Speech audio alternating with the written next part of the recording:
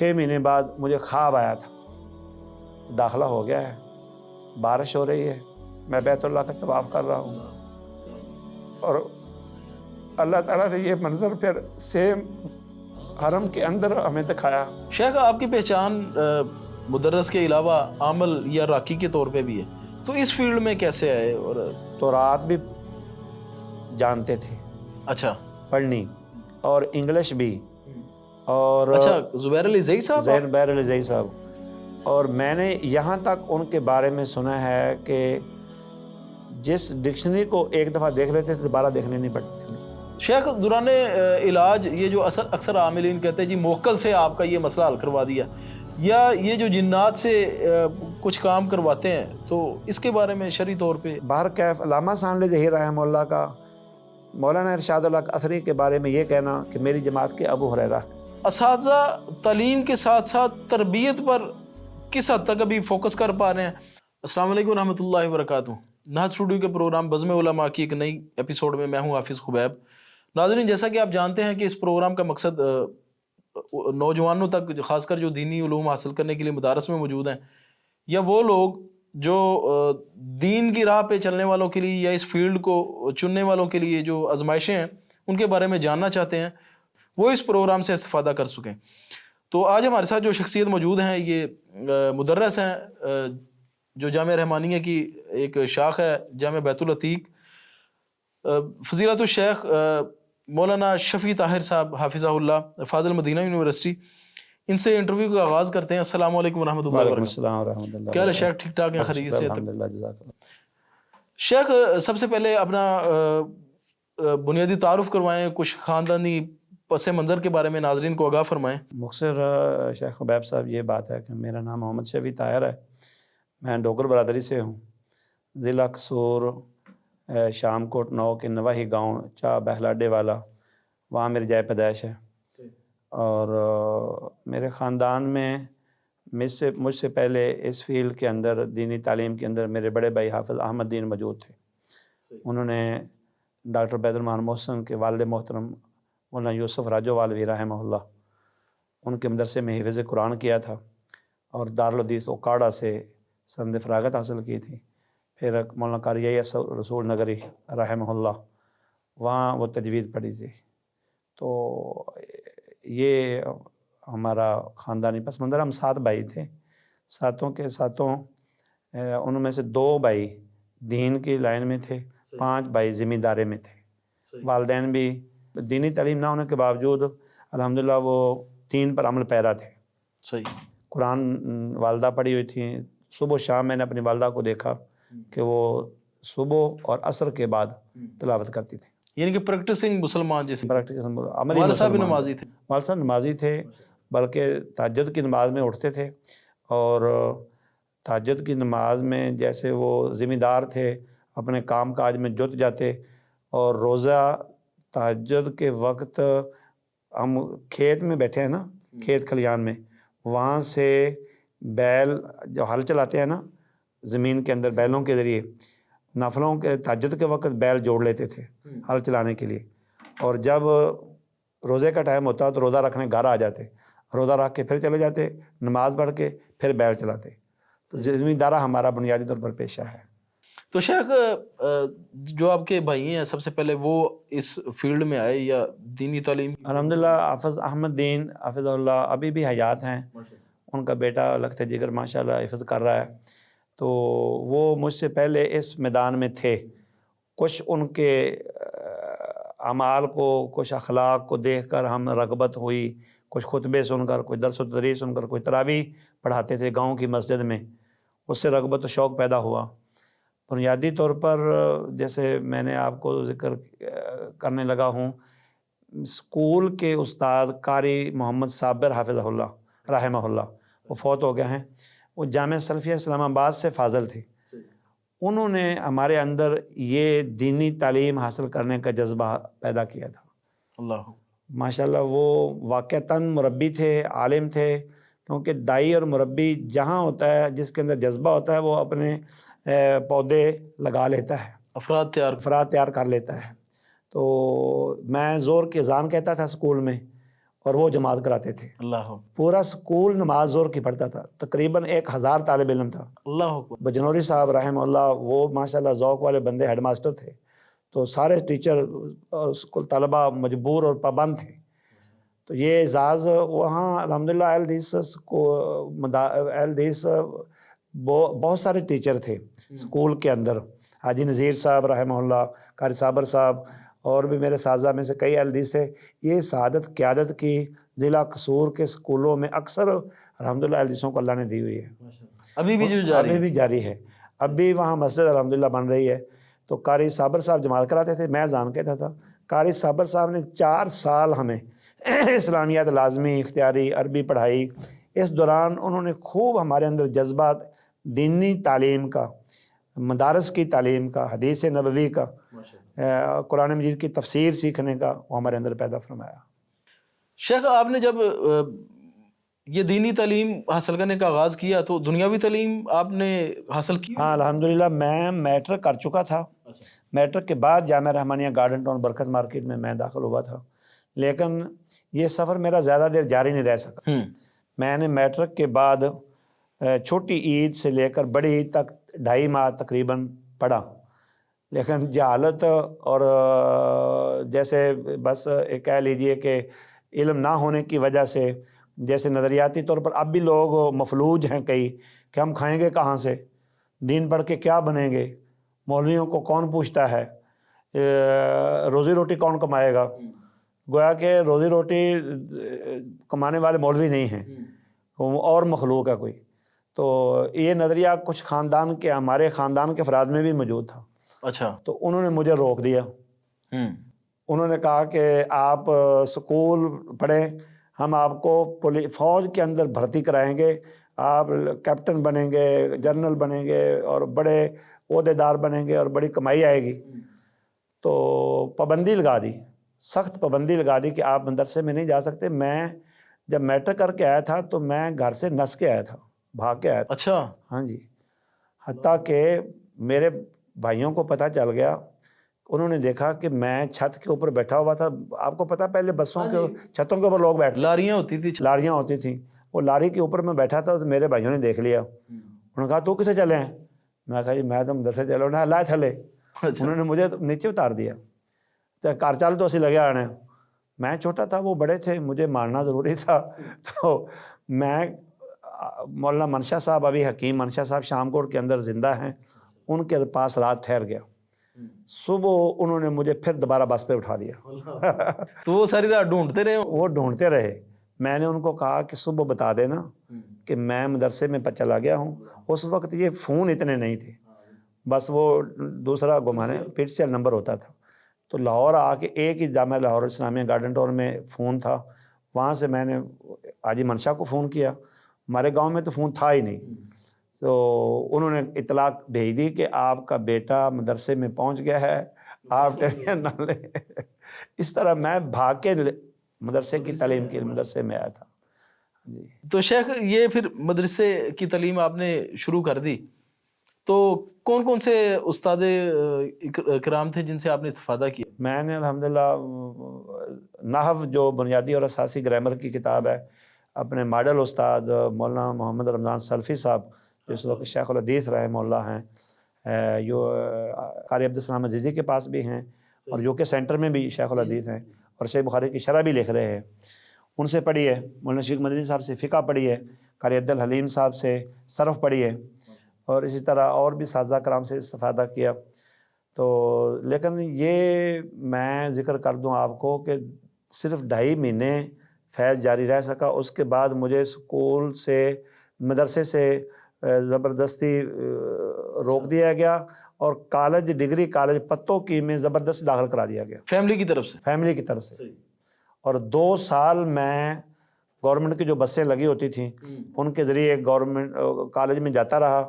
وہاں سے میں نے ریگولر ایف اے کیا. اچھا.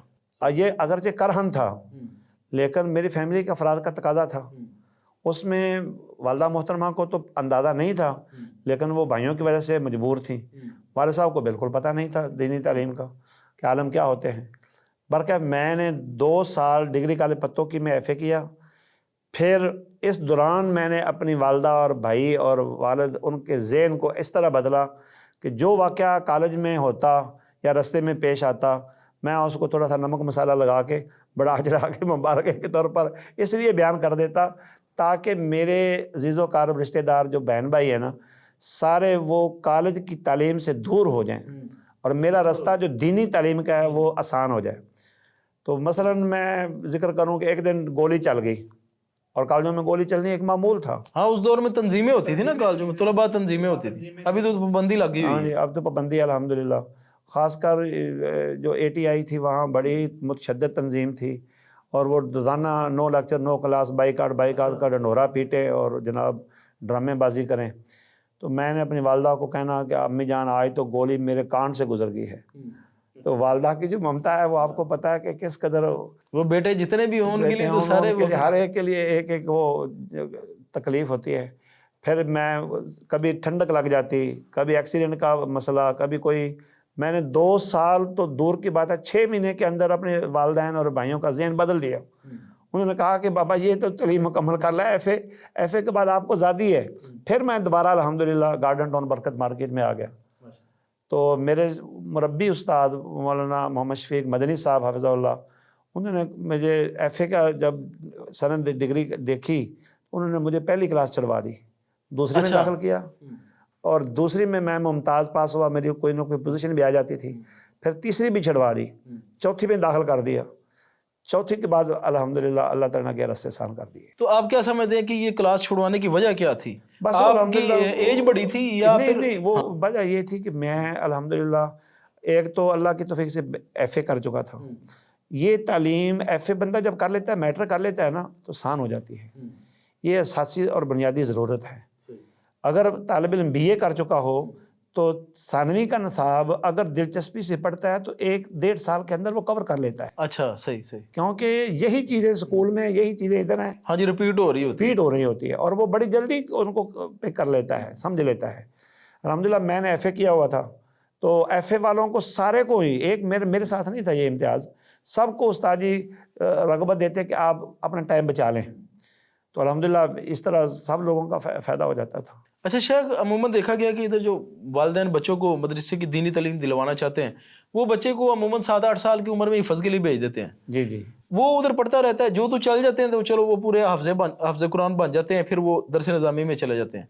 اچھا جو نہیں چل پاتے نا 1-2 سال بعد وہ دیکھتے ہیں یار بچہ حفظ میں نہیں چل پا رہا, تو اس کو تب 9-10 سال کی عمر ہوتی ہے تو وہ درس نظامی میں داخل کروا دیتے ہیں. بس یہ نظریاتی طور پر. تو کیا وہ بچہ چل پاتا ہے؟ مطلب کہ یہ جو سارے مسائل ہوتے ہیں درس نظامی میں جو ڈسکس ہو رہے ہوتے ہیں, جذبہ تو بڑا اچھا ہے, اللہ ان کا اجر بھی دے گا ان کو, لیکن بعض دفعہ یہ ناکامی کا سبب بن جاتا ہے. صحیح. اور ان کے اجتہاد محل نظر ہے.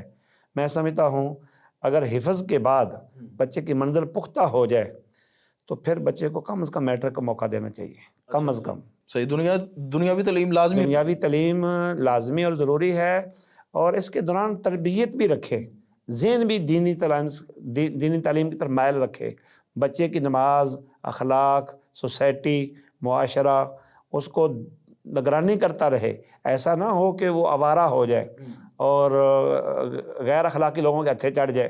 لیکن اگر تربیت کرتا رہے اور ساتھ میٹرک کر جائے پھر انشاءاللہ بچہ ہیرا بن جاتا ہے جب مدرسے میں آتا ہے. اور اگر حفظ نہیں کر سکا تو پھر اس کو اسکول میں ڈال دینا چاہیے. اللہ تعالیٰ نے کسی جگہ نہیں فرمایا سارے لوگ حفظ کریں, اور نہ یہ ممکن ہے کہ سارے لوگوں کے حافظے برابر ہوں. صحیح. نہ ہی صحابہ میں سے سارے لوگ حافظ تھے, نہ عالم تھے, اور ہر ایک کو اللہ نے کچھ امتیازات خصوصیات سے نوازا ہوتا ہے. تو جس کو اللہ نے خصوصیت دی ہے حفظ کرنے کی وہ کر لے, جس کو اللہ تعالیٰ نے دیگر صلاحیتوں سے نوازا ہے اس کو جدھر چل سکتا ہے ادھر چلا دینا چاہیے. تو میں تو سمجھتا ہوں کہ بچہ جب حفظ نہیں کر سکا تو اس کو میٹرک ایف اے کرا کے دوبارہ اس فیلڈ میں لے آئیں. لیکن یہ بات ذہن میں رہنی چاہیے اس دوران تربیت, کیونکہ بعض دفعہ بچے بگڑ جاتے ہیں, اور ہماری نظر یہ ہوتی ہے کہ بچے کو میٹرک ایف اے کرا کے لائیں گے, بچہ اتنی دیر میں ذہنی طور پر دنیا کے اندر اتنا گم ہو جاتا ہے یا آگے نکل جاتا ہے, یا اس کے ذہن کو اتنا بدل دیا جاتا ہے اسکولوں کالج والے لوگ کہ وہ ہماری پہنچ سے پھر باہر ہو جاتا ہے. یہ ذرا ہمیں احتیاط کرنی چاہیے. اچھا ویسے تو دنیاوی جو تعلیم ہے پاکستان میں تو یہ چیزیں نہیں موجود, جو ترقی یافتہ ممالک ہیں ان میں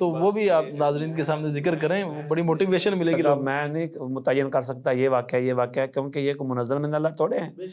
یہ میرے اساتذہ میں سے بعض اساتذہ نے یہ ذکر کر دیا, حتیٰ کہ پروفیسر مزمل حسن شیخ حفظہ اللہ وہ بھی کہتے تھے. مجھے ایک دفعہ انعام ملا صفائی میں, ماشاءاللہ صفائی میں انعام ملا. مجھے ابھی تک ان کا مقولہ یاد ہے. کہتے نام بھی طاہر ہے کام بھی طاہر ہے. میرا نام محمد شفیع طاہر تھا. کہتے نام بھی طاہر ہے کام بھی طاہر ہے. میں مسجد کی صفائی کرتا تھا اور میرے ساتھ محمد اجمل بھٹی صاحب اور دیگر ساتھی قاری صہیب صاحب اور دیگر کلاس فیلوز کو ہم جمع کر لیتے. لیکن رغبت اللہ کی توفیق سے میں ہی ان کو دیتا تھا, میں ان کو کہتا تھا موٹیویٹ آپ کرتے تھے. موٹیویٹ میں کرتا تھا. تو یہ سارے آپ کے ساتھ صفائی کرتے ہیں ماشاءاللہ. سارے صفائی اور اللہ تعالیٰ نے سب کا فیض جاری کیا, سب کو بڑا مقام دے دیا ماشاءاللہ. سارے اللہ نے فضل. یہ تو ایک برائٹ کلاس ہوگی نا ماشاءاللہ. کا جو مفتی صاحب ہیں ان کو بھی اللہ تعالیٰ نے بڑی شہرت دی فتوی والے پروگرام کی وجہ سے. جی قاری صہیب صاحب تو ماشاءاللہ وہ ان کا تو ایک اپنا مقام ہے بے شک. بلکہ قاری صاحب کو تو اعزاز حاصل ہے کہ پاکستان کے نمایاں مدارس میں سے نظم و ضبط کے حوالے سے, بلڈنگ کے حوالے سے, ٹیکنالوجی کے حوالے سے نمایاں پروگرام جو خدمات ان سے لی ہیں.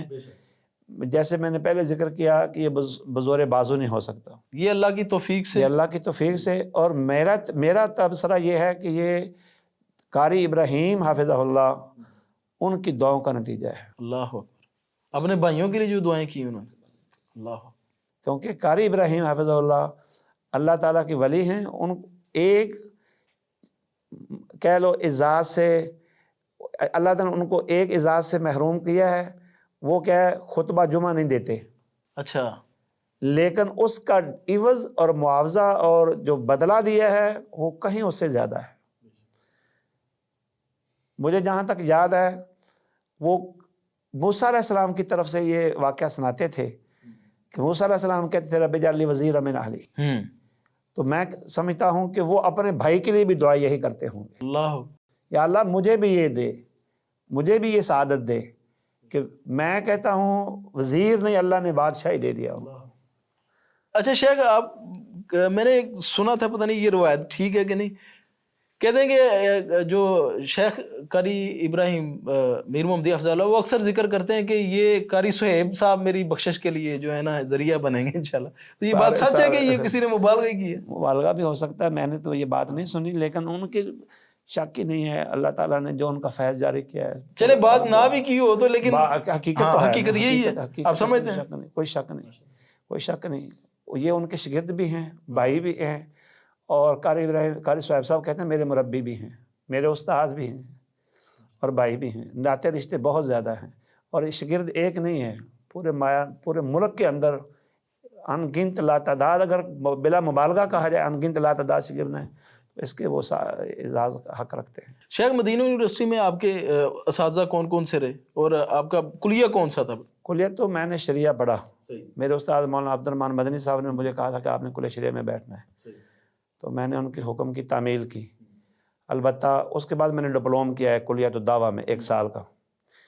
وہاں میرے اساتذہ میں سے شنقیطی خاندان کے بہت اساتذہ ہیں جن سے میں متاثر ہوں, لیکن میرے ماڈل استادوں میں مولانا عبد المحسن العباد حافظہ اللہ فضیلت الشیخ, جو علم حدیث اور رجال کے باہر ہیں, اور ان کا لخت جگر بھی اسی منج پر ہے. گو وہ رجال میں ماہر نہیں ہیں, لیکن وہ مربی ہے اور معلم ہے اور دائی ہے, اور ایک رنج اور قلق امت اسلامیہ کا اپنے سینے کے اندر سموئے ہوئے ہیں. ہاں جی. اور شاہ عبد المحسن العباد, ان کا تو کیا ہی کہنا ہے. میں نے ان سے کلاس سے بھی استفادہ کیا ہے, اور حرم مدنی کے اندر سنن ابو داؤد کا درس لیا ان سے حلقات کے اندر متعدد بار. تو پھر وہ جیسے آپ کلک کریں گے گوگل میں جا کے شاہ عبد المحسن العباد, وہ رجال کے اندر ایسے چلتے ہیں کو کمپیوٹر بول رہا ہے. ہاں جی, یہ مبالغہ نہیں ہے, یقین جانیے. ہم نے زبانی کوئی ایک سند نہیں, 20 سناد مغرب سے عشاء تک ان کا درس جاری رہتا تھا. کوئی راوی نہیں چھوڑتے تھے, لا کے اس پر حکم لگاتے تھے, اور یہ بھی بتاتے تھے زبانی. اللہ اکبر. حافظہ بھی اتنا تھا, اور یہ بھی بتاتے تھے کہ راوی کی حدیثیں کہاں کہاں آئی ہیں اور کس کس کتاب نے ذکر کی ہیں. میں نے اپنی زندگی میں پہلا آدمی دیکھا ہے, پہلا بھی اور آخری بھی کہہ لیجیے. اس کے بعد حالانکہ 22 سال آپ خود تدریس کے شعبے سے وابستہ ہیں. ہاں جی, بارک اللہ فیکم. اچھا شیخ، جس طرح بھی آپ نے اس طرح کے حافظے کا ذکر کیا عبد المحسن آباد حافظہ اللہ کے والے سے، پاکستان میں بھی کبھی اس طرح کی کسی استاد سے آپ کا واسطہ پڑا کبھی، یا اس سے ملتا جلتا کوئی شخصیت رہی ہو؟ پاکستان میں حافظ اللہ رجال کے حوالے سے میں نے اپنی زندگی میں 2 بندے دیکھے. ایک شیخ ارشاد اللہ قصری حافظ اللہ، اور ان سے پہلے شیخ زبیر علی زئی. اگرچہ شیخ زبیر علی زئی ان سے چھوٹے ہیں. اچھا چھوٹے ہیں ان سے، چھوٹے ہیں، لیکن اللہ تعالیٰ نے ان کو اللہ پاس تعالیٰ جلدی بلا پاس لیا. اپنے جلدی بلا لیا ہے. لیکن رجال اور علم حدیث کے اندر جو مہارت اور جو حافظہ، شاید آپ کو علم ہے کہ نہیں، وہ تورات بھی جانتے تھے اچھا پڑھنی، اور انگلش بھی، اور اچھا زبیر علی زئی صاحب. زبیر علی زئی صاحب. اور میں نے یہاں تک ان کے بارے میں سنا ہے کہ جس ڈکشنری کو ایک دفعہ دیکھ لیتے تھے دوبارہ دیکھنے نہیں پڑتی تھی ان کو. ان کے مقالات اس پر گواہ ہیں. ایک بندہ جب ان کے مقالات دیکھتا ہے نا، کوئی روایت، کوئی راوی، ایک ایک راوی کے بارے میں حکم، اور پھر اس کی پوری چھان بین. ذہبی زماں تھے. تو یہ طلباء کو آپ ریکمینڈ کریں گے کہ ان سے استفادہ کریں؟ سیدھی بات ہے، میں تو ان کی کتابوں کا جنونی ہوں، اور طلباء کو رغبت شوق دیتا رہتا ہوں کہ بیٹا ان کے مقالات سے استفادہ کرو. جب وہ زندہ تھے تو ان کا رسالہ جو نکلتا تھا، میں جب تک مکمل پڑھ نہیں لیتا تھا مجھے سکون نہیں آتا تھا. اب ان کے شاگردوں میں سے ارشد کمال صاحب ہیں، وہ نور توحید نکالتے ہیں رسالہ، لیکن اس معیار کا تو نہیں ہے، بارکیف ایک کام کر رہے ہیں. پھر استاد، ہاں استاد ہی ہوتا ہے. پھر مولانا ندیم ظہیر صاحب، ندیم ظہیر صاحب ہیں، اور پھر امن پوری صاحب ہیں. یہ لوگ ہیں، کام کر رہے ہیں، کام تو ختم نہیں ہوا ہے. حافظ شریف صاحب ماشاءاللہ بڑے ماہر ہیں، اور بھی لوگ ہوں گے. لیکن بہرکیف علامہ ثانوی ظہیر رحمہ اللہ کا مولانا ارشاد اللہ قصری کے بارے میں یہ کہنا کہ میری جماعت کے ابو ہریرہ ہیں. اللہ اکبر. اچھا، یہ مشہور مقولہ ہے علامہ ثانوی ظہیر کا، میری جماعت کے ابو ہریرہ. اور واقعتاً جو ان کا علمی حدیثی کام ہے وہ اس کا منہ بولتا ثبوت ہے، کوئی شک نہیں. شیخ تدریس کا آغاز آپ نے کب سے کیا؟ مدینہ یونیورسٹی یونیورسٹی سے فاضل ہونے کے بعد میں نے 2001 سے 1992 میں میرا داخلہ ہوا ہے. تو وہاں سے فراغت کے بعد 2001 سے لے کر جامعہ رحمانیہ، البیت العتیق، ان اداروں کے اندر تقریباً میں الحمدللہ پڑھا رہا ہوں. ابھی تک ادھر سے شروع کیا، اور 23 سال آپ 22 سال مکمل ہونے والے ہیں الحمدللہ. ہاں جی. تو اس کے علاوہ کسی اور ادارے میں؟ بس 1 سال کے لیے میں حکیم مبشر صاحب کے پاس گیا تھا، کچھ وجوہات تھیں، پھر میں واپس آ گیا. اچھا شیخ، آپ کو 23 سال ہو گئے ہیں تدریس کے جو ہے نا وہ شعبے سے وابستگی کے ساتھ، تو اساتذہ تعلیم کے ساتھ ساتھ تربیت پر کس حد تک ابھی فوکس کر پا رہے ہیں؟ ابھی آپ کو نہیں لگتا کہ تعلیم کی طرف توجہ تو تھوڑی بہت ہی ہے، لیکن تربیت والا جو پہلو ہے وہ بالکل ہی نکلتا جا رہا ہے؟ مدارس بھی ایسے بنتے جا رہے ہیں جیسے اسکول کالج ہوتے ہیں. اساتذہ بھی ایک جاب اور مطلب روزگار کی طرح بعض جب ہم اس طرح لیں گے تو پھر کام تربیت کا اتنا ہی ہونا ہے. اب ہم جاتے ہیں، آ جاتے ہیں. پہلے اساتذہ اس عمل کو یہ نہیں سمجھتے تھے کہ جاب ہے، روزگار ہے، وہ ذمہ داری سمجھتے تھے، وہ عبادت کا درجہ دیتے تھے اور اپنی اولاد سمجھتے تھے، اور تربیت تدریس سے زیادہ اہم سمجھتے تھے. خود تہجد گزار تھے، نوافل کے پابند تھے، مسواک کا اہتمام کرتے تھے. صرف مسواک کا نہیں، لباس میں، وضاقتہ میں، شکل و صورت میں، نوافل میں. اور ان کا عمل تہجد کے لیے اٹھاتے تھے، دل کے لیے، طلبہ کے لیے دعائیں کرتے تھے.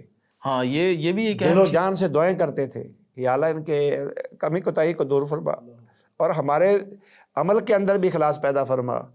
تو یہ عمل اب پھر کلاس کے علاوہ بھی شیخ ان کو بہت زیادہ ٹائم دیتے تھے. گھر آ جاؤ، لائبریری میں آ جاؤ، جہاں موقع ملتا. وہ وقف تھے نا، وقف تھے ان کا. ابھی بھی کچھ استاد جو ابھی بھی ہیں الحمدللہ، خیر ختم تو نہیں ہوئی، پھر بلکہ نوجوانوں میں بھی موجود، نوجوانوں میں. تو شاید کن پہلوں کو زیادہ مد نظر رکھنا چاہیے اس دور کے حوالے سے، خصوصاً سوشل میڈیا کا دور ہے، انٹرنیٹ کا دور ہے نا، اس نے پوری دنیا کو ایک گلوبل ولیج بنا دیا ہے. کوئی شک نہیں گلوبل ولیج کا فائدہ بھی ہے، انٹرنیٹ سے فائدہ بھی اٹھایا جا سکتا ہے. جو لوگ اس سے فائدہ، میں خود فائدہ اٹھاتا ہوں صحیح. کتابوں کے حوالے سے، میں مکتبہ شاملہ سے بھی مکتبہ استفادہ شاملہ سے، اور سعودی عرب کے علماء نے بڑا کام کر کے نیٹ پر چھوڑ دیا ہے. وہ ہم لائبریری کے طور پر استعمال کرتے ہیں، فائدہ اٹھاتے ہیں، لیکن اس کے اندر آپ نے پتہ ہے دیکھا ہے کہ غیر اخلاقی جو ہاں جی مواد فتنہ بھی زیادہ وہ فتنہ وہ بھی اپنی جگہ پر ایک حقیقت ہے. تو استفادہ کرنے میں تو کوئی حرج نہیں ہے، لیکن ساتھ ساتھ ہمیں اپنی اولاد تربیت پر نظر رکھنی چاہیے، اور طلباء پر جن کے اخلاقی معاملات میں کمزوری آئے ان کو نیٹ میڈیا سے بین کر دینا چاہیے. کیونکہ اساتذہ جو پہلے تھے نا ان کے پاس یہ چیزیں نہیں تھیں، خیر برکت موجود تھی. ان کے علم میں اللہ نے برکت اور خیر اس لیے رکھی تھی کہ ان کے اخلاص اور محنت کی انتہا تھی، اور تقویٰ بھی تھا. اور تقویٰ بھی تھا. اب آج وسائل زیادہ ہیں، کام تھوڑا ہے.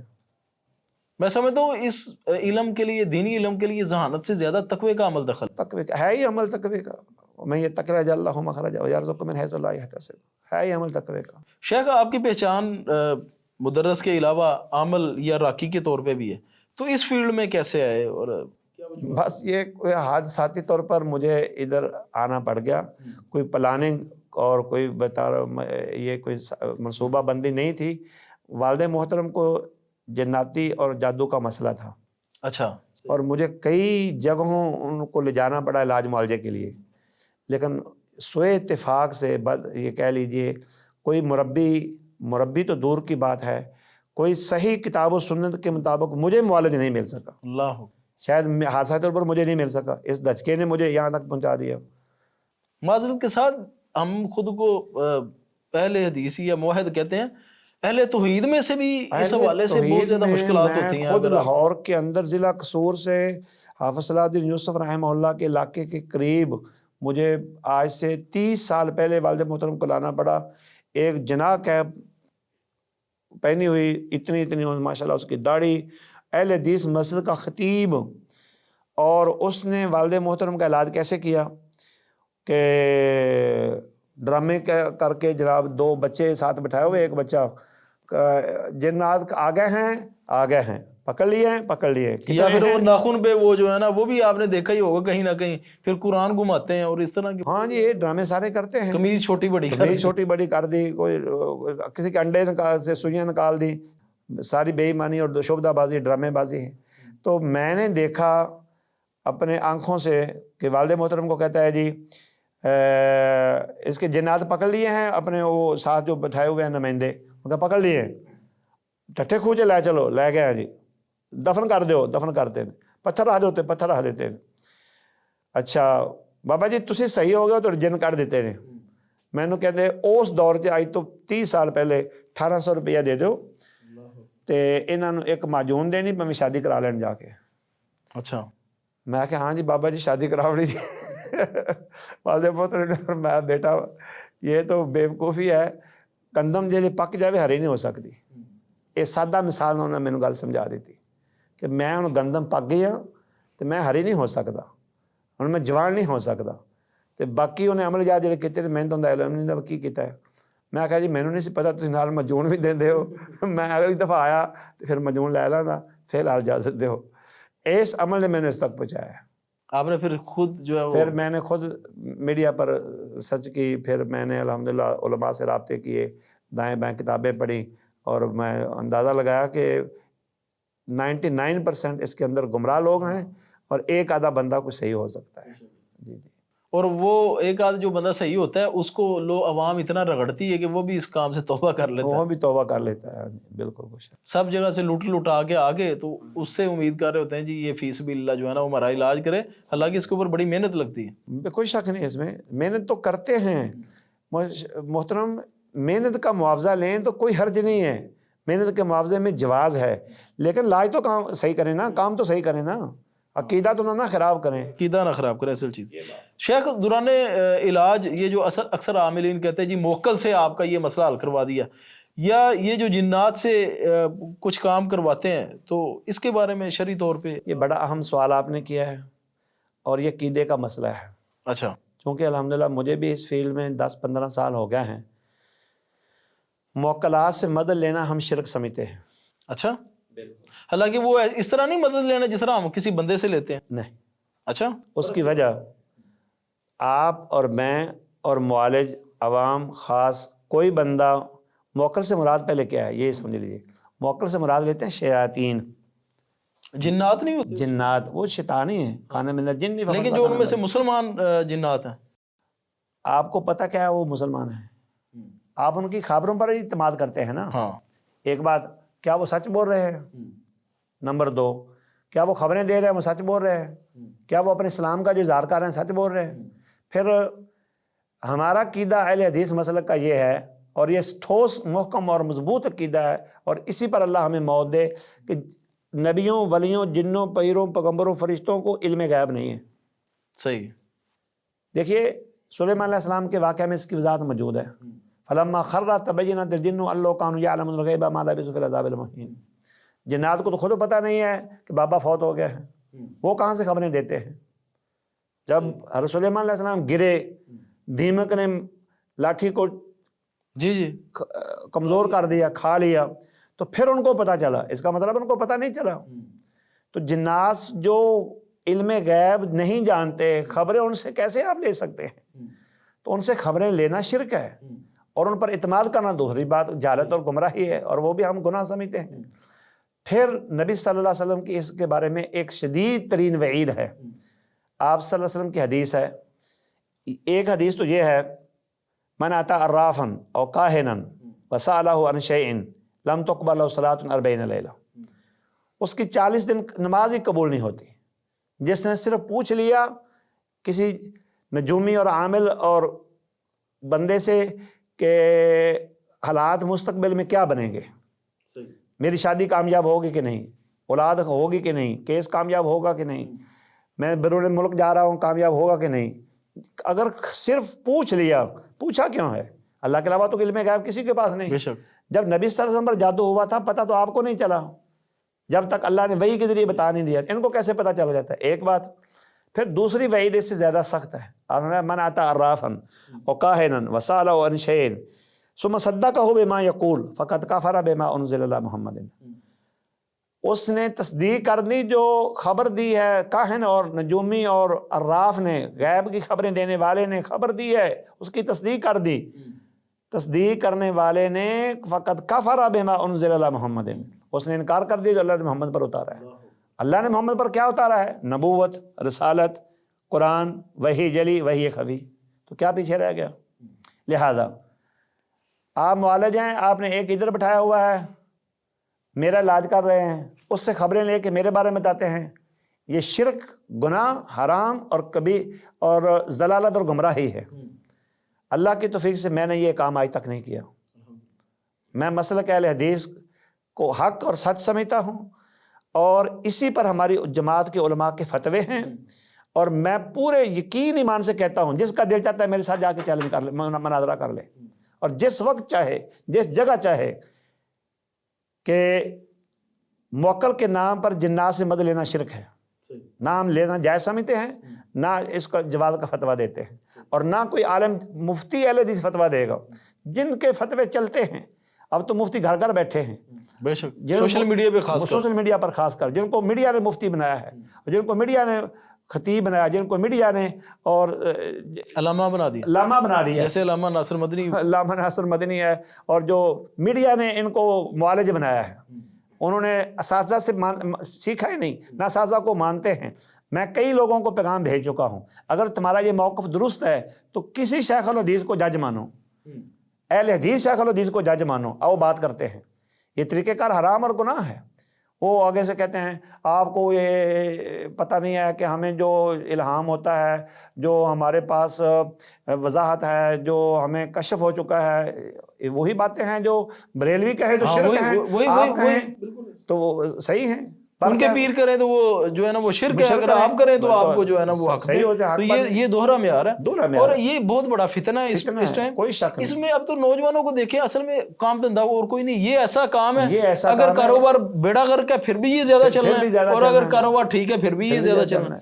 اور شیخ کیونکہ خسارہ اس میں ہے ہی. میرے والد صاحب بھی جو ہے نا وہ رقیہ شریعہ کرتے ہیں، تو ان سے اکثر ڈسکس ہوتا ہے، اور جو میرا ذاتی مشاہدہ یہ ہے کہ بلا مبالغہ 80 سے 85% جو کیس ہوتے ہیں وہ ویسے ہی نظر بد کے ہوتے ہیں، اور اپنی بدعمالیوں کی وجہ سے ہوتے ہیں، نجاست کی وجہ سے ہوتے ہیں. لوگوں کو اس کا پتہ نہیں ابھی تک، جو فرض جو غسل ہے اس کا نہیں پتا ہوتا، تو ان کی وجہ سے جو ہے نا وہ ان کے اوپر وبال ہوتے ہیں. دوسرے دین سے جتنا دور ہو گئے شیاطین نہیں اور عقیدے اتنے کمزور ہو چکے ہیں، تو وہ اللہ معاف کرے. پھر اس میں بہت زیادہ نوجوان لڑکے لڑکیوں کے مسائل ہیں، پسند کی شادی کے حوالے سے. تو یہ 15 سے 20% جو رہ جاتا ہے وہ جو ہے نا وہ عامل کے پاس رقیہ شرعیہ کے لیے، اور رقیہ شرعیہ خود بھی بندہ کر سکتا ہے، خود بھی کر سکتا ہے، اس میں کرنا ہی خود چاہیے. بالکل ایسی سورہ بقرہ کا اہتمام کریں. اور یہ ساری اور یہ جو کام ہے نا لڑکیوں لڑکیوں کے آپس کے میل ملاپ کے طریقے، یہ تو شرک ہے. ہاں جی، اس کی تو حدیث کے اندر وضاحتیں ہیں، لیکن لوگ معالجین اس کا کام کرتے ہیں، دھندا کرتے ہیں، اور ہم ان سے برات کا اعلان کرتے ہیں. ہر اس آدمی سے برات کا اعلان کرتے ہیں جو موکل سے بدلہ لیتا ہے اور استفادہ کرتا ہے اور خبریں دیتا ہے. دیکھیے چوری کی خبریں اور یہ اس طرح کے مسائل کی خبریں. دیکھیے مریض آپ ہیں، پھکی اس کو دی جا رہی ہے، یہ کیا طریقہ ہوا ابھی؟ بیمار آپ ہیں، پھکی اس کو دی جا رہی ہے. جو مریض ہے اس سے دم کرو، قرآن پڑھو، سناؤ اس کو، ٹھیک ہے، علاج کرو، اللہ شفا دینے والا. اللہ شفا دینے والا ہے. اچھا شیخ، تعویذ کے بارے میں آپ کی کیا ریسرچ ہے، یا اس کے بارے میں آپ کیا سمجھتے ہیں؟ یہ بھی شرک میں آتا ہے؟ کیونکہ کچھ علماء کرام جو ماضی میں گزر چکے ہیں وہ باقاعدہ تعویذ لکھتے رہے ہیں. یہ میں اچھا ایک تو ہے نا تعویذ جس کے اوپر وہ اعداد لکھے جاتے ہیں، یہ شیطانی، وہ تو چلو وہ ہر ایک کے نزدیک وہ تو ناجائز ہیں، وہ حرام ہے، شرک ہے. جو قرآنی آیات والے تعویذ ہیں اس کے بارے میں آپ کا کیا ہے؟ قرآنی تعویذ کے بارے میں آپ نے جو پوچھا ہے، میں سمجھتا ہوں اس کے بارے میں ایک مختصر بات یہ ہے کہ 2 طرح کے تعویذ ہیں. ایک قرآنی تعویذ ہیں، اور ایک ہیں وہ تعویذات جو علم الاعداد اور ہر وہ علم جو پڑھا نہیں جا سکتا، سمجھا نہیں جا سکتا، مطلب اس کا واضح نہیں ہے. تو اس میں تو کوئی اختلاف نہیں ہے کہ ہم مسلک اہل حدیث کے تمام علماء کے نزدیک وہ شرک اور حرام اور گناہ ہیں. صحیح. قرآنی تعویذ کو بھی ہم سنت اور افضلیت کا درجہ نہیں دیتے، نہ اس کو سلف صالحین کا طریقہ سمجھیں. سلف صالحین ہیں کون؟ صحابہ ہیں، تابعین ہیں، بس. اچھا اس میں بھی تھوڑا سا پھر موقف کا فرق آ جاتا ہے. کچھ لوگوں کے نزدیک جو سابقہ جتنے بھی علماء گزر چکے ہیں، جو سلف صالحین جو صحابہ اور تابعین کے منہج کے اوپر ہیں، وہ بھی سلف صالحین میں ہی آئیں گے. ان کے منہج پر آئیں گے، وہ سلف صالحین ہیں، کوئی شک نہیں ہے اس میں، کوئی شک نہیں. لیکن صحابہ تابعین میں سے کوئی ایک بھی صحیح سند کے ساتھ تعویذ لکھنے والا نہیں ہے، کوئی ایک بھی. ہمارا یہ ایک طرح کا چیلنج بھی کہا جائے تو اس میں غلطی نہیں آئے گی انشاءاللہ. ایک بات. نمبر 2، قرآن مجید اس غرض کے لیے نازل نہیں ہوا، نہ عبداللہ ابن عباس، نہ کسی صحابی، نہ مجاہد نے، نہ قتادہ نے، کسی تابعی نے اس کی تفسیر کی ہے اس کو لکھا جائے. پھر بھی ہم یہ کہتے ہیں اگر کوئی اعتقاد یہ رکھے کہ قرآن مجید میں شفا ہے اور اس کو گھول کے پیے، ہم اس کو شرک نہیں کہہ سکتے. صحیح، ٹھیک ہے. حرام بھی نہیں کہہ سکتے. ہم یہ اس کے کہتے ہیں کہ خلاف افضل ہے، اور یہ طریقہ کار بدلا جائے، قریب ترین وقت میں بدلا جائے. اعتقاد، ذہن، سوچ، فکر یہ بنائی جائے، قرآن پڑھو، اس پر عمل کرو.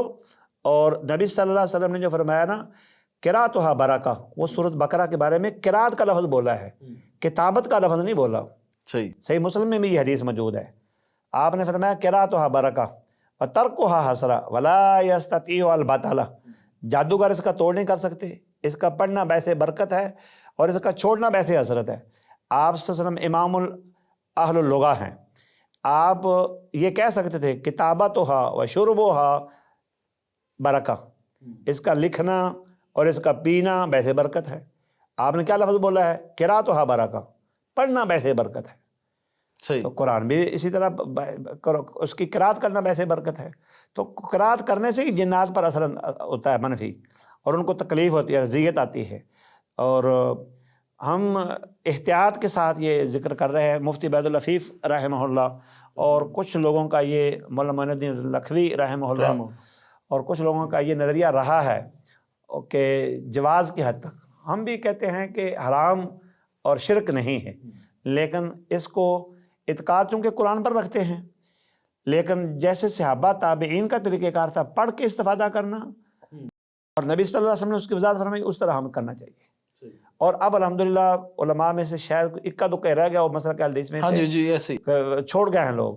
اچھا اس میں اس میں بھی پھر آگے دو قسمیں آ جاتی ہیں جو قرآنی تعویذ ہیں، ایک پینے پلانے والا اور ایک گلے میں لٹکانا والا. اچھا اس میں بھی آپ فرق کریں گے کہ نہیں؟ بالکل، ہم گلے میں لٹکانے والا اور کبھی سمجھتے ہیں. کبھی سمجھتے ہیں. اس کی وجہ ایک تو آپ نے واش روم جانا ہے، ایک بیوی سے ملنا ہے، اور ایک پلانے والا تو چلو نظریاتی طور پر سمجھ آتی ہے کہ پیٹ میں جائے گا، تو باہر جو لٹکا ہوا ہے اس کی تو کوئی نظیر ہی نہیں ملتی، اس کا تو کوئی فائدہ نہیں، سمجھ نہیں آتا. تو بنسبت پینا لٹکانے سے بہتر ہے، لیکن ہم اس بہتر کو بھی اچھا نہیں، سنت نہیں سمجھتے. تو میں تو سمجھتا ہوں کہ ہمیں تمام قسم کے تعویذات، میں الحمدللہ اگر میرا ایک انٹرویو پہ کسی میڈیا کے پتہ نہیں کس چینل پر پڑا ہے، اس میں نے وضاحت کی ہے، اتنے تعویذ میں نے دکھائے ہیں جو میں نے لوگوں کے اتروائے ہیں. وہ آپ کے پاس موجود ہیں؟ ہاں الحمدللہ میرے پاس سیف ہے. اب بھی آپ گنے تھک جائیں گے کتنے تعویذ اتروائے ہیں، چاہے قرآنی ہوں چاہے دوسرے ہوں. اور میں نے اکثر لوگوں کو، مریضوں کو دکھائے ہیں.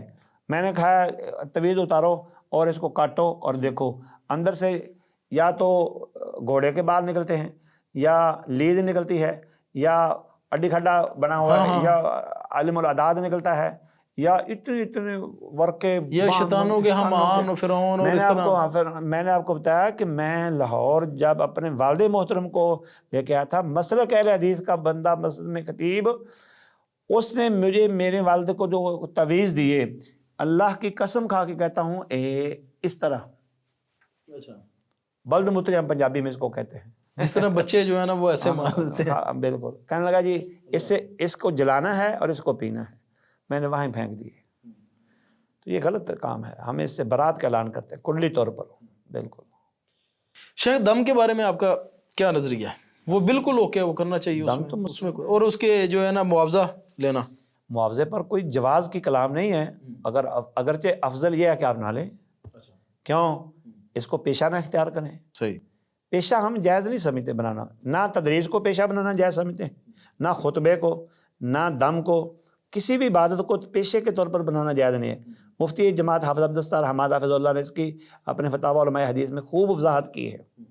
اور الحمدللہ ہم تدریس، خطبہ جمعہ، دم، اس سارے عمل کو عبادت سمجھتے ہیں.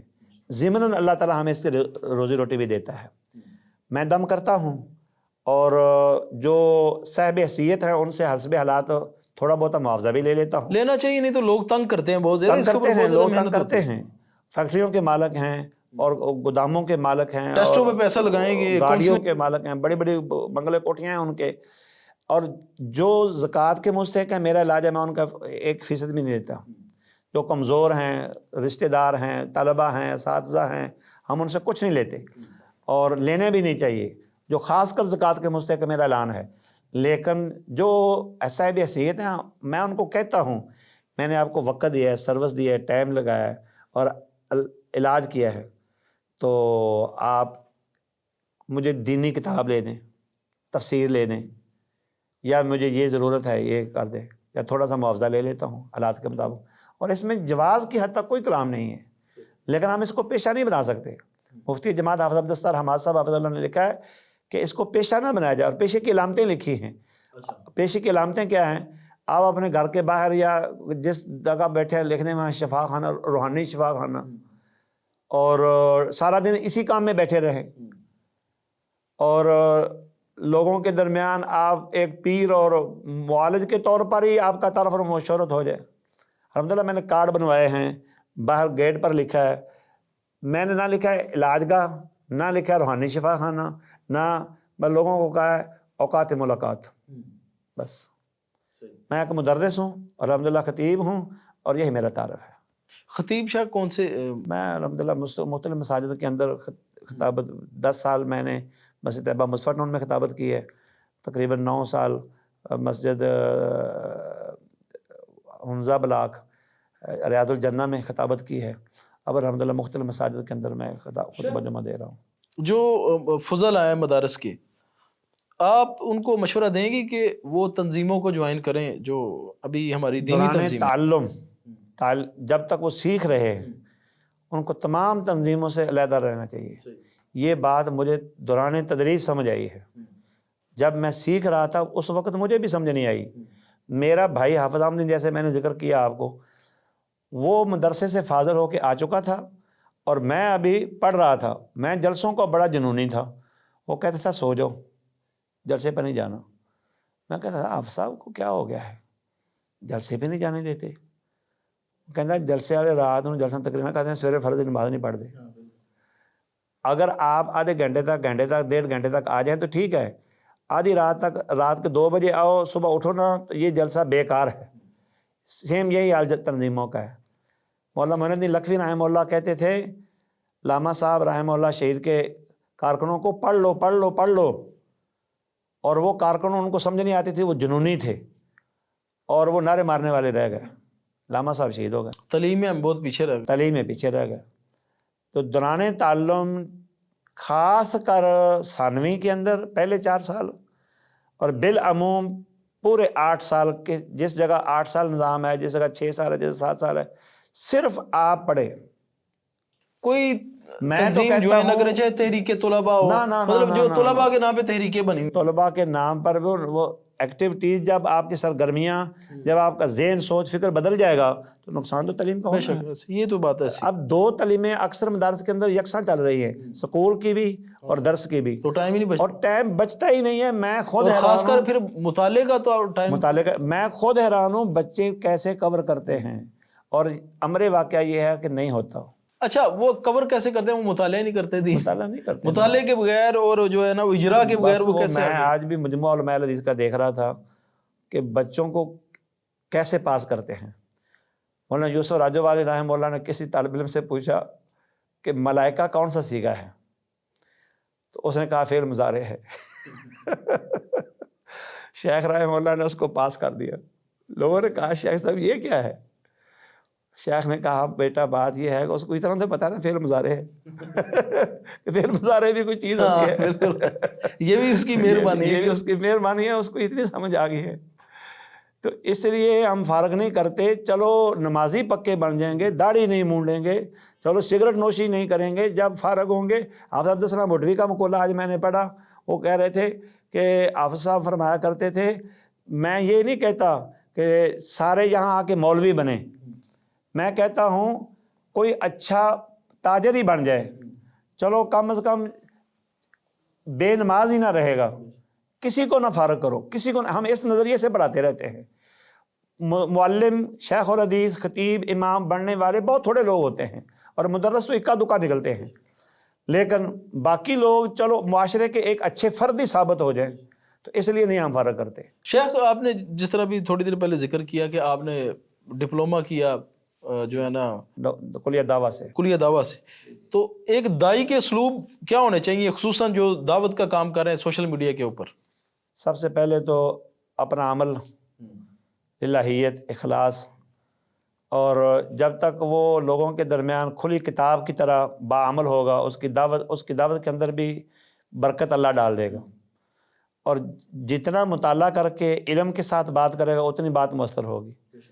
ہمارے خطبہ بھی آج اس کو بس اللہ تعالیٰ کے ساتھ ہر ایک کا معاملہ ہے, ہم تو کسی کو نہیں کہہ سکتے, نہ ہی کہنا چاہیے, ایک پیشہ کے طور پر استعمال کر رہے ہیں. جب پیشہ بنا لیتے ہیں, تیاری کرتے نہیں, مطالعہ کرتے نہیں, ایک مضمون 10 جگہ گھماتے ہیں. صحیح, کیونکہ وہاں وام ہو رہا ہے, وہاں وام ہو رہا ہے. وام تو اور ہے, آپ کا مطالعہ بھی تو کچھ ہونا چاہیے.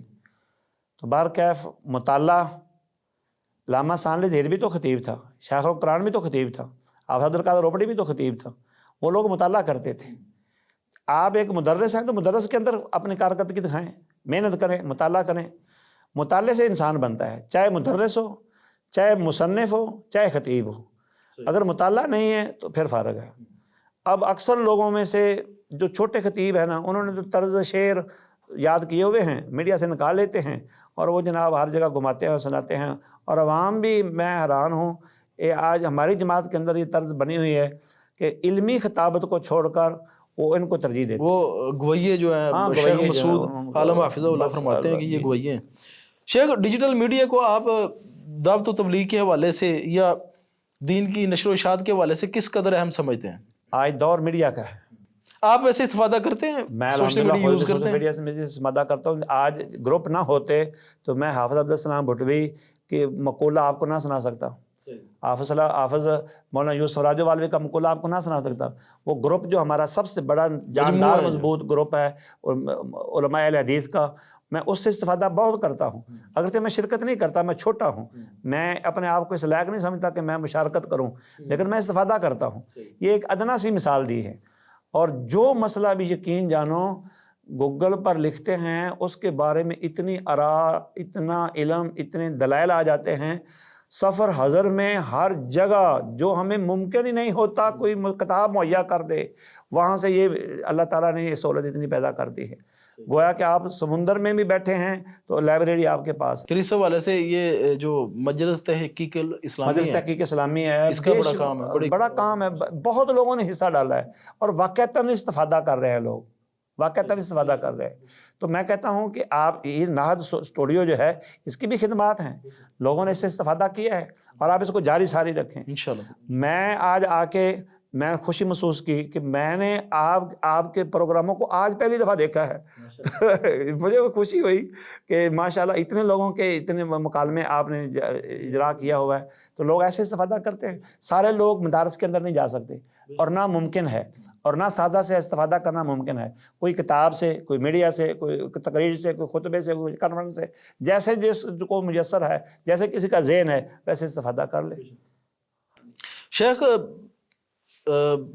جس طرح پروگرام کے شروع میں آپ نے ذکر کیا کہ گھر والے راضی نہیں تھے کہ آپ دین کی فیلڈ میں آئیں، اس کی وجہ معاشی مستقبل تھا، تو کبھی آپ کو دین کے کام کرتے ہوئے محسوس ہوتا ہے یا بچوں کی طرف سے کبھی کوئی اس طرف توجہ دلائی گئی ہو کہ کاش ہم بھی تاجر ہوتے یا کوئی ہماری بھی کوئی فیکٹری ہوتی، یا کبھی کوئی سوچ ذہن میں آئی اس حوالے سے؟ اللہ کا شکر ہے، اللہ نے کبھی سانس کمتری کا شکار نہیں ہونے دیا۔ میں اللہ کا کروڑ مرتبہ شکر کرتا ہوں، میرے رب نے کبھی میرے ذہن میں یہ بات، کبھی میں لوگوں کو دیکھتا ہوں نا تو مجھے قرآن مجید کی وہ آیات وَلَا تَمُدُّنَّ عَيْنَيْكَ إِلَىٰ مَا مَتَّعْنَا بِهِ أَزْوَاجًا، وہ مجھے یاد آ جاتی ہیں۔ یہ برکت ساری قرآن سے ملی ہے۔ ان لوگوں کو للچائی ہوئی نگاہ سے دیکھنا بھی نہیں ہے، جن کی گاڑیاں، بنگلے، کوٹھیاں، جن کے ملیں، فیکٹریاں، کارخانے، میں نے ان کو اپنی موت مرتے دیکھا ہے، ٹینشن کے اندر دیکھا ہے، ڈپریشن کے اندر دیکھا ہے، ان کی اولادیں نافرمان دیکھی ہیں، ان کے اختلافات اس حد تک ہیں گھروں کے اندر بیویوں کے ساتھ، اولادوں کے ساتھ، رشتہ داروں کے ساتھ سکون غارت دیکھا ہے، اور مجھے اللہ نے یہ نعمت سے نوازا ہے، گھر میں امن ہے، سکون ہے، بیوی فرمانبردار ہے، اولاد نیک وقار ہے۔ میرا یہ بیٹا لخت جگر آپ کے سامنے بیٹھا حافظ قرآن ہے، بیٹیاں حافظ قرآن ہیں، الحمدللہ اس سے بڑی کوئی سعادت اور نعمت نہیں ہے۔ اور یقین جانو میرا رب دیکھ رہا ہے، اگر اللہ کا فضل نہ ہوتا تو ہم یہ بات نہ کرتے۔ یہ صرف میں ناظرین کو اس لیے ذکر کر رہا ہوں تاکہ جو سنے اس کا ایمان مضبوط ہو جائے۔ دین ہم نے دین کے طور پر اختیار کیا، روزی روٹی کے لیے نہیں، ضمناً اللہ نے روٹی بھی دے دی ہے۔ وَمَن يَتَّقِ اللَّهَ يَجْعَل لَّهُ مَخْرَجًا وَيَرْزُقْهُ مِنْ حَيْثُ لَا يَحْتَسِبُ۔ مجھے اللہ تعالیٰ جو میں دم کرتا ہوں، میں نے حافظ عبدالستار حماد صاحب کا فتویٰ بھی آپ کو سنایا اور میں نے اس کو پیشہ بھی نہیں بنایا، اور اس کے لیے ایک مخصوص گھنٹہ ڈیڑھ رکھا ہے، میرا اس سے سسٹم پورا اللہ چلا دیتا ہے الحمدللہ۔ تو شاید کبھی یہ جو عموماً دیکھا گیا کہ علماء کے جو بچے ہوتے ہیں وہ دین کی طرف بہت کم آتے ہیں، کیونکہ معاشرے کا رویہ جو علماء کے ساتھ اور خطباء کے ساتھ دیکھتے ہوئے یہ اس کی وجہ ایک بڑھ جاتی ہے، یہ وجہ بن جاتی ہے۔ بعض دفعہ خطیب کو، امام کو، مدرس کو کسی وجہ سے فارغ کر دیا جاتا ہے، وجہ چھوٹی ہوتی ہے اور اس کو اذیت ٹارچر زیادہ دیا جاتا ہے۔ تو میں کہتا ہوں کہ ہمیں صبر کرنا چاہیے، برداشت کرنا چاہیے، اگرچہ یہ اس کے ساتھ زیادتی ہوتی ہے، لیکن اس وجہ سے دین تو نہیں چھوڑا جا سکتا۔ انبیاء کو نہیں مشکلات آئیں، صحابہ تابعین کو، جتنا ایمان راسخ اور مضبوط ہوگا اتنی مشکلات زیادہ آئیں گی، اس کو برداشت کرو، اس میں بھی اجر ہے، اس میں بھی اجر ہے۔ تو میں سمجھتا ہوں کہ علماء کی اولادوں کو یہ ایک چھوٹا سا جز اور عنصر ہے۔ جن لوگوں نے اپنی اولادوں کو دین پڑھایا ہے نا، انہوں نے مشکلات کو برداشت کیا ہے، آپ قریب صبر کیا ہے۔ آپ دیکھیں قاری ابراہیم صاحب حافظہ اللہ، میں نے اپنی آنکھوں سے ان کو سائیکل چلاتے ہوئے دیکھا ہے، اور ساری اولاد ان کی حافظ قرآن ہے، بیٹیاں بھی قراء ہیں، قاریات ہیں، 17 اور ان کے لخت جگر نے مجھے خود بتایا ابو جان تہجد کی نماز میں سب عاشرہ کے اندر قرآن سنتے ہیں. یہ ان کے لخت جگر نے مجھے خود بتایا، بیٹے نے، ابو جان تہجد کی نماز میں، اور قرآن کیسے؟ سب عاشرہ کے اندر. اللہ ہم تو لفظ بول رہتے ہیں نا سب عاشرہ، جو پڑھتا ہے اس کو پتہ ہے. اور حافظ عبد الرحمن مدنی کی ساری اولاد عالم ہے، اور مولانا محمد حسین شیخو پوری کی اولاد ساری اولاد عالم تھی. علامہ ثانوی دھیر کی ساری اولاد عالم ہے. ان لوگوں کو مشکلات نہیں آئیں. جس کے چیتھڑے اڑ گئے اور اللہ نے اس کو قربت کتنی دی، اس نے برداشت کیا ہے. تو یہ بے شمار تاریخ اہل حدیث بھری پڑی ہے، صحابہ کرام کا اللہ تعالیٰ نے ہمسایہ بنا دیا. بنا دیا ہے. جن لوگوں نے قربانیاں دی ہیں ان کے اثرات ان کی اولادوں کے اوپر نمایاں جا رہی ساری. سورۃ کہف میں اس کا ذکر اللہ نے دین موجود بھی ہے. دی ہے، دنیا بھی دی. دین بھی دیا، دنیا بھی دی ہے. ہاں جی. صحیح بات یہ ہے کہ ہماری تربیت کے اندر کوتاہی ہے. ہاں جی. یا عمل کے اندر کمی. یا عمل کے اندر کوتاہی ہے. ٹھیک ہے شیخ، جزاک اللہ، بڑی لمبی نشست کوئی رہی بات ہماری. نہیں، اللہ تعالیٰ آپ کو اجر دے. میں آپ کا شکر گزار ہوں، آپ نے ہمیں موقع انشاءاللہ دیا. آپ سے استفادہ کرتے رہیں گے. آپ سے اجازت چاہیں گے اور ناظرین سے بھی. سبحانک اللہم و سبحانک بحمدک، اللہم و بحمدک، اشہد ان لا الہ الا انت، استغفرک و اتوب الیک. والسلام ورحمۃ اللہ وبرکاتہ.